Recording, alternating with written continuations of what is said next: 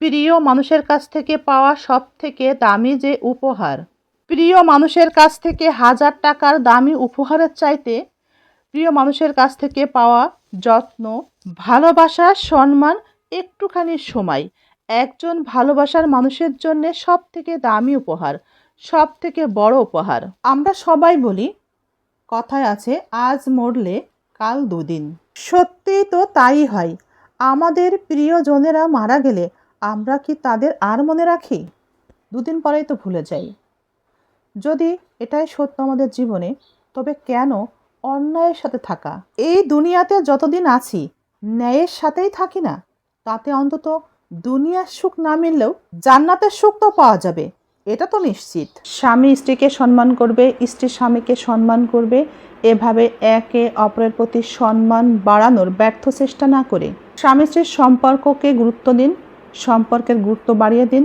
সম্পর্ককে ভালো রাখার জন্যে সম্পর্কের যত্ন নিন, একে অপরের ভালোর জন্যে কাজ করুন ভালোবেসে। তবেই দেখবেন সম্পর্ক ভালো থাকবে, সম্পর্ক সুন্দর থাকবে, সম্পর্কে মায়া বাড়বে, সম্পর্কের মানুষ দুজন ভালো থাকবেন।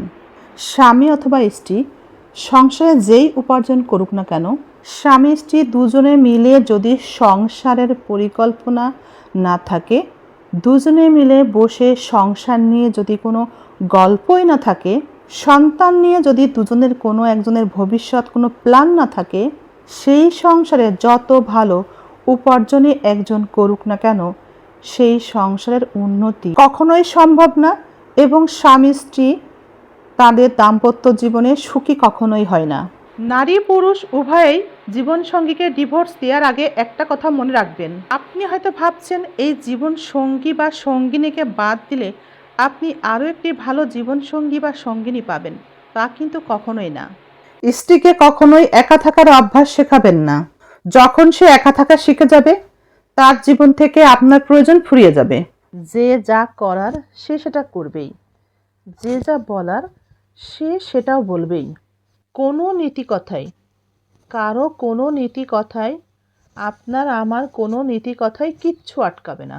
ব্যক্তি যতক্ষণ না তার নিজের ভুল বুঝতে চাইবে, নিজের ভুল বুঝতে পারবে, ততক্ষণে কারো সাধ্য নেই তার কোনো পরিবর্তন করার। আজও আপনার বন্ধু মহলের সেই মেয়েটি, যার পাশে বসতে না পারলে আপনার অস্থির লাগে, যার অনুপস্থিতি আপনাকে মনে করিয়ে দেয়, দু একটা কথা বলার পর মনের মধ্যে শান্তি অনুভব হয়, সেই মেয়েটি আজ আপনারই দুর্বলতা। শুনে যান, একটি গুরুত্বপূর্ণ বাস্তব কথা শুনে যান। স্ত্রী ব্যতি রেখে অন্য কোনো নারী যদি আপনাকে বেশি ভালোবাসে, অনেক বেশি ভালোবাসা দেখায়, সেটা কিন্তু ধোঁকা।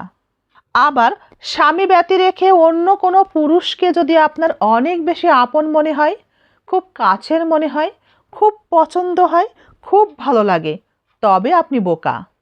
যদি আপনি ব্যস্ত কোনো মানুষের সাথে সময় কাটানোর সুযোগ পান, তাহলে দেখবেন তার পকেট ভর্তি টাকা এবং গাল ভর্তি হাসি। সেই হাসি দেখে আপনিও হাসতে থাকবেন। কিন্তু যখন এই মানুষটার সাথে আপনি আপনার সুখ দুঃখ ভাগাভাগি করতে চাইবেন, তখন দেখবেন মানুষটি অনেক বেশি অশান্তিতে আছে। আমাদের সংসারে কিছু মানুষ আছে যারা অল্পতে সন্তুষ্ট থাকে না। অল্পতে সন্তুষ্ট না থাকা, মোটা বুদ্ধি এবং জবরদস্তি প্রিয় মানুষ আমাদের সমাজে আজ পরিপূর্ণ।